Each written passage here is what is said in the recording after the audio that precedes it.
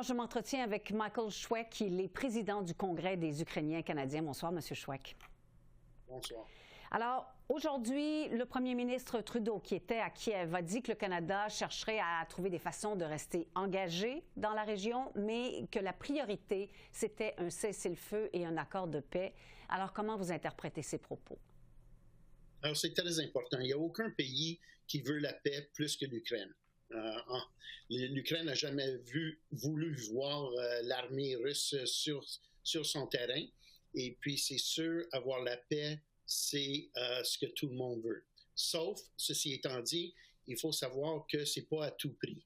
Alors, c'est pas à céder du territoire. Et puis, dans l'Ouest, des fois, on dit, vous devriez céder les territoires, sauf qu'il y a un gros problème avec cela, c'est que dans les territoires occupés, il y a des millions d'Ukrainiens qui se font maltraiter.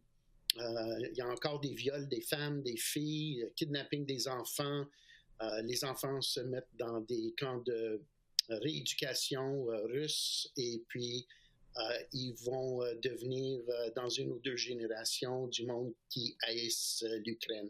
Alors, c'est un problème parce que si on veut céder des territoires, ça veut dire abandonner tous ces millions. Oui. Bon. Est-ce que ça vous rassure quand même de voir que l'Europe s'est réunie, de voir que le Canada se réunit avec certains pays européens, des membres du G7, etc., pour essayer de trouver une issue? Oui, absolument. On sait que ça prend des alliés, il faut faire ça ensemble.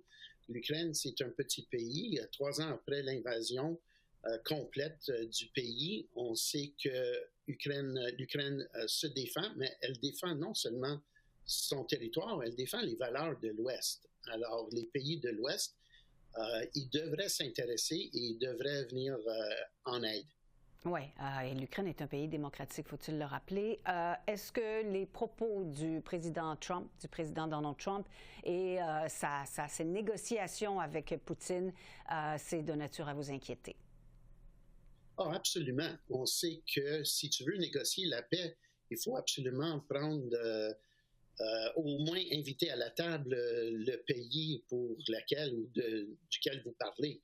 Ça n'a aucun bon sens que Donald Trump s'assoie avec Poutine pour régler des affaires avec l'Ukraine.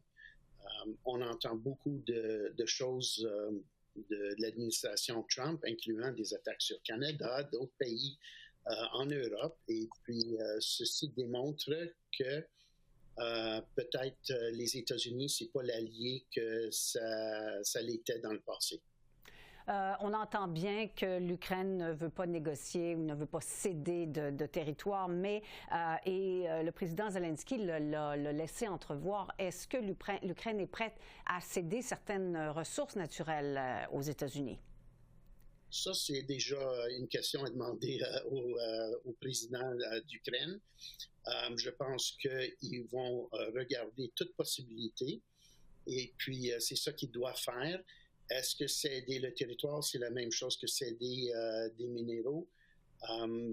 Je ne sais pas si ça rentre dans la négociation. Ce qui est important de savoir, c'est l'Ukraine qui va décider, qui va répondre à cette question. Bon. Le président Zelensky, vous l'avez entendu sans doute, s'est dit prêt pendant le week-end à démissionner de la présidence s'il le fallait en échange de l'adhésion de l'Ukraine à l'OTAN. Alors, qu'est-ce que vous en pensez? Alors, voilà la meilleure raison contre les commentaires de Trump que c'est un dictateur. Un dictateur ne donnerait jamais sa présidence pour n'importe quelle raison. Alors, je pense que le président Zelensky s'est démontré un vrai Ukrainien. Et puis, si on lui demande sa présidence contre la démocratie, l'adhésion à l'OTAN et la paix, s'il est prêt à le faire, c'est vraiment tout un homme, tout un vrai président d'un pays et non pas un dictateur. Bon. Comment se porte le moral des troupes là-bas en Ukraine et ici? Comment est le moral de la communauté ukrainienne au pays? On sait qu'il y a eu plusieurs manifestations à plusieurs endroits au Canada pendant le week-end. On a senti, encore une fois, la farouche détermination des Ukrainiens de résister à la Russie. Comment ça se passe en ce moment? ils vont continuer à résister, peu importe du support, parce que ce qui arrive, c'est qu'il faut comprendre que si on veut vraiment la paix, c'est très simple. Poutine, il a juste besoin de faire sortir ses armées du territoire ukrainien, et voilà, la paix est là dans 24 heures. Aucun problème. De demander de céder des territoires. Là, on demande à l'Ukraine de donner une partie de leur maison, et comme j'ai mentionné, une population qui se fait violer, du kidnapping, etc., qui resterait sous l'influence de la Russie. Alors, ça, c'est pas quelque chose que les Ukrainiens veulent, et on demanderait de retourner aux frontières, à la géographie pré-2014. Monsieur, oui, allez-y, je vous écoute.